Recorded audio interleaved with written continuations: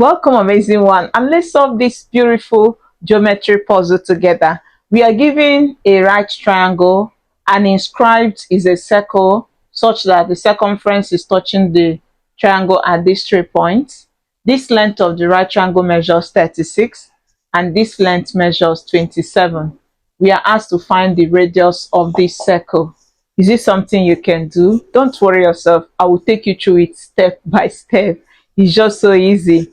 Now what you do is, remember, the radius of the circle is the line from the center touching any part of the circumference.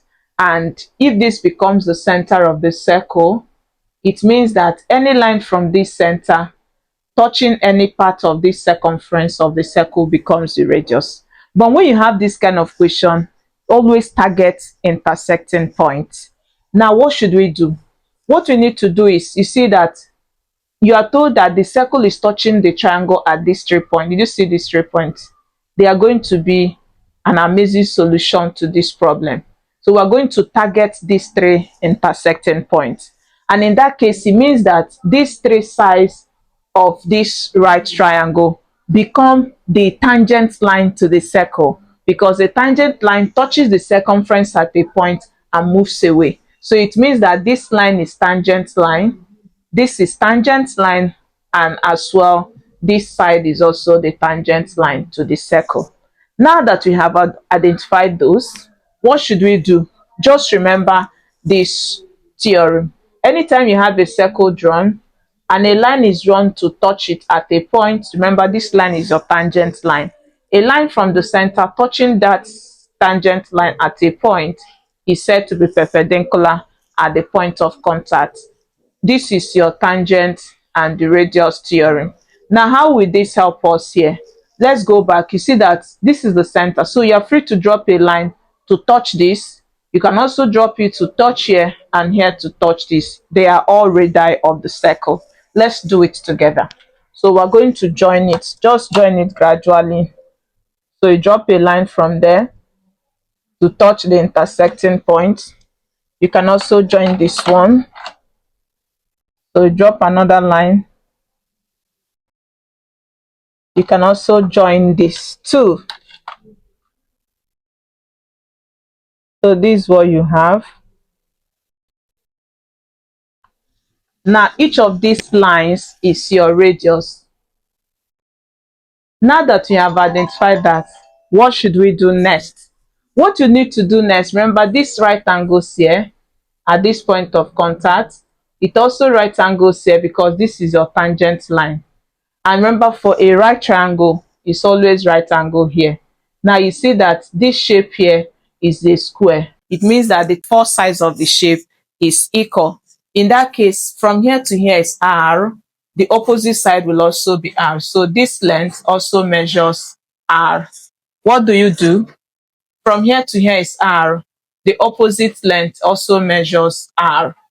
And what does that mean? You can adjust the sides at this point. This whole length is 27. So you are free to adjust it. Remember, it is 27. So let's adjust this part. So the whole length measures 27 units. And if from here to here is R, you can get the remaining length. So what do? It's just going to be 27 subtract R. So that when you add this to it, gives you back 27. You have not changed anything. Now what do next? Go back to this. So you can adjust this length as well. So let's do it together. The whole length is measured 36 units. So if from here to here is R, the remaining length is going to give us 36 minus R. What should we do next? Go back to the diagram. At this point, you need to remember the second theorem. And what does it say? Let's do it here. It says that if you have a circle drawn and there are 2 tangent lines drawn to touch at this point, this is the center, this is your radius. We said that these 2 lines, these 2 tangent lines are equal. It still obeys your tangent and tangent theorem. Now let's see how this helps us here. Can we establish this theorem in this diagram? Just look at it critically. You observe that this theorem is seen at this part of the shape. Did you see it? At this part. Can you see it? Now that you've spotted it, it means that these two lengths, watch, from here down to this, just like we have said it here, from this length to this should be equal with from here down to this length, obeying this theorem. So in that case, we can adjust this to have it this way. So we have from here to here is already 27 minus r. This length is also going to be 27 minus r. What should we do next? We can also establish this theorem on this upper part of the shape. Look at it. So if that is true, from here down to this end is measured 36 minus r. It means that the remaining length is also going to be 36 minus r. What do you think we should do? We can now add up the whole length here, and it's going to be this add this. So let's add it. 36 minus r adds the 27 minus r. So let's add this too. If you add this, it gives you 13, take 1. So we have 63. If you add this to, it gives you negative 2r. So it means that this whole length we have here is given as 63 minus 2r. Now, what should you do with this information? Remember that the three sides of a right triangle is now known. And in that case, anytime you're working with the sides of a right triangle, always remember to use your Pythagoras theorem. So it means that we can use Pythagoras theorem to find, just watch what we have. Let's take this part off. This is what you have. Can you see that? This is what you have. The whole length here is 27. From here to here is 36.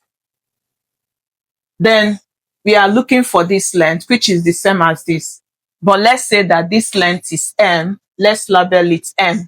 So if we label this length m, let's find it. Our m is the same as what you have here. So let's work with this. And to do that, you are going to use your Pythagoras theorem since you are working with the three sides. Obeying your Pythagoras theorem, this length becomes the longest because it's opposite to the right angle. So what should you do? This becomes, square this is going to be m squared. It should be equal to the square of the two legs summed. So it's going to be 36 squared plus 27 squared. Let's work with this. So to do that, we are going to now have m squared is equal to square 36. It gives us, if you are a returning viewer, thank you for always choosing to learn tutorials. If you love what you do, why not subscribe for the more you get? Make sure your notification bell is on because you will get updates from us every day. Don't forget to like and also share. Thank you. Let's keep doing this to have 36 squared gives us 1296. 27 squared gives us 729. So let's add this up. We have m squared is equal to 6 add 9 gives us 15. Write 5, take 1. Add this, it gives us 11 plus 1 is 12, take 1. Add this, it gives you 9 plus 1 gives you 10, 2 take 1. So you have 2.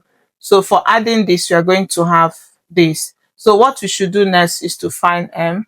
To remove this square, you square root.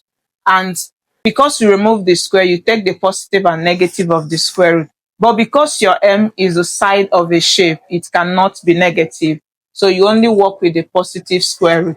So how do we get the square root of this? Let me show you how you can do it easily without using your calculator. Let's do that together. So we now have 2025. We want to find the square root. What should we do? The last digit is 5. 5 can divide it. So in that case, we use 5 to divide. 5 in 2 is not possible. 5 in 20 is 4. 5 in 2 is 0. It can go. Then 5 in 25 will give us 5. So what should we do next? We also go with 5. 5 in 40 is not possible. You have 0. 5 in 40 will give you 8. 5 in 5 is 1. At this point, 081 is the same thing as 81. So we can go with 9. 9 in 81 is 9. 9 in itself is 1. And what should we do? We want to find square roots. Square roots, you have to pair. So you pair them and take 1 out. Take 5 and then take 9. Multiply these two you brought out, and that gives you 45.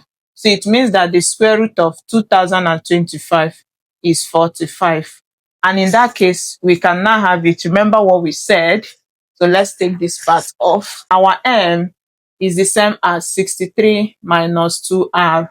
So if this is true, we have found m as 45. So we can now have it that, let's write it here.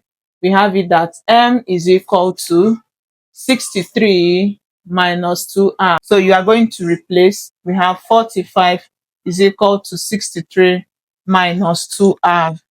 And what should we do next? You would want to remove 63, and you see it's positive. So to remove positive, use the opposite sign, subtract. So you subtract 63 from both sides. If you subtract this, it gives you negative 18. Subtract this is 0. We have negative 2r. And this is the same as negative 2r is equal to negative 18. To get r, these two are multiplying. Use the opposite, which is divide. And this takes off this. So we are going to have this device, we have 9. It means that the radius of the circle is given as 9 units. And that becomes our answer.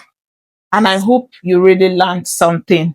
Don't forget to tell us how much, like, share. I'll also be curious to see your own method. Thank you for always choosing to learn through us. I look forward to seeing you in our next video. Do have a lovely day. Bye.